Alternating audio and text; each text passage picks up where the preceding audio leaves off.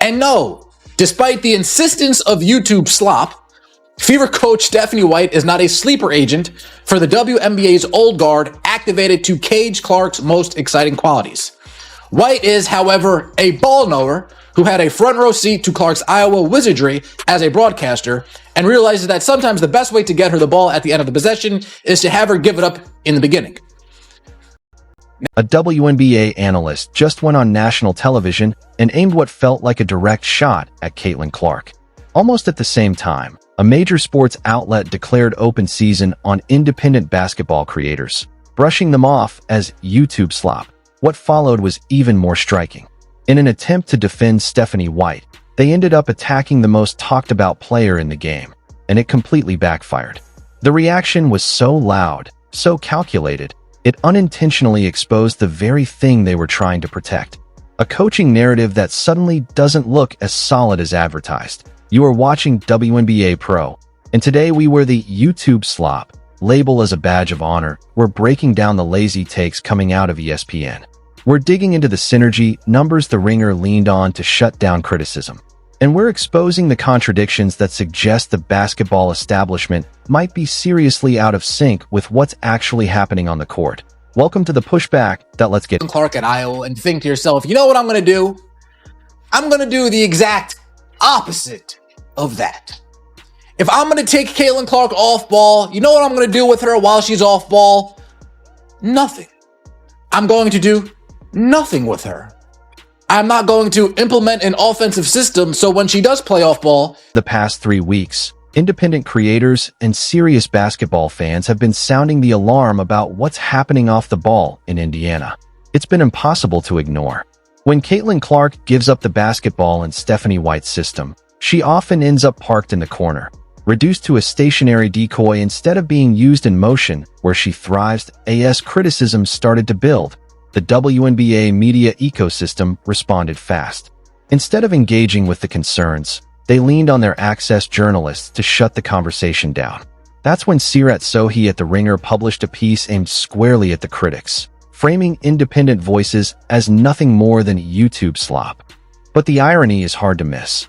Out here in the so-called slop, people aren't chasing credentials. We're watching the actual basketball. And the most unintentionally revealing part of the entire situation?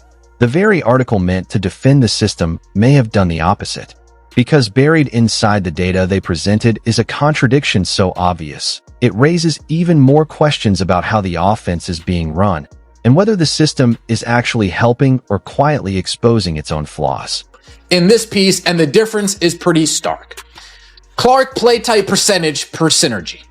You have Iowa's 23-24, the years most of us fell in love with her, compared to Fever 25, Stephanie White's year. Look at all these stark differences.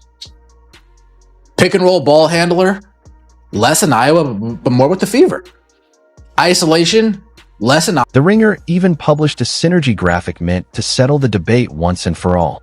The comparison was straightforward. Caitlin Clark's offensive load under Lisa Blutter at Iowa versus her usage under Stephanie White in Indiana. The author's point was simple. Clark has always played off the ball, so the criticism of Indiana's system is overblown. But when you actually look at the numbers they provided, the picture starts to shift. Under Lisa Blutter at Iowa, Clark was consistently involved in real off-ball action. More cuts to the basket, more catch-and-shoot opportunities, more possessions coming off screens designed to get her moving and re-engaged in the offense. Under Stephanie White in Indiana, those same categories drop sharply. Far fewer off-ball screens, less movement off the ball, reduced involvement in structured actions that get her into rhythm. And that's where the argument gets complicated. Because the data doesn't actually show she always played this way. It shows two very different systems. One actively generates movement and creates scoring chances after the pass. The other often leaves her in static spacing roles without the same level of designed action. At Iowa, the offense consistently worked to reactivate her after the pass. Screens, cuts, and reentry actions were built into the flow. In Indiana's current setup, those layers appear far less frequent, which changes how often she touches the ball in motion. So instead of settling the debate, the graphic actually highlights it. Not just how Caitlin Clark is being used, but how differently two systems choose to involve her off the ball. And that's where the conversation only gets louder, because once you move past the surface comparison, the contradictions in how the offense is structured become harder to ignore. Coaching someone like Caitlin Clark and the scrutiny that comes along with it. Curious about what the pressure is like for you coaching her, because every single thing she does is so hyper scrutinized. You know, you had her for 13 games last year. You're looking at this as we start the season right now, but what's it like for you coaching a kid like this that everyone's watching?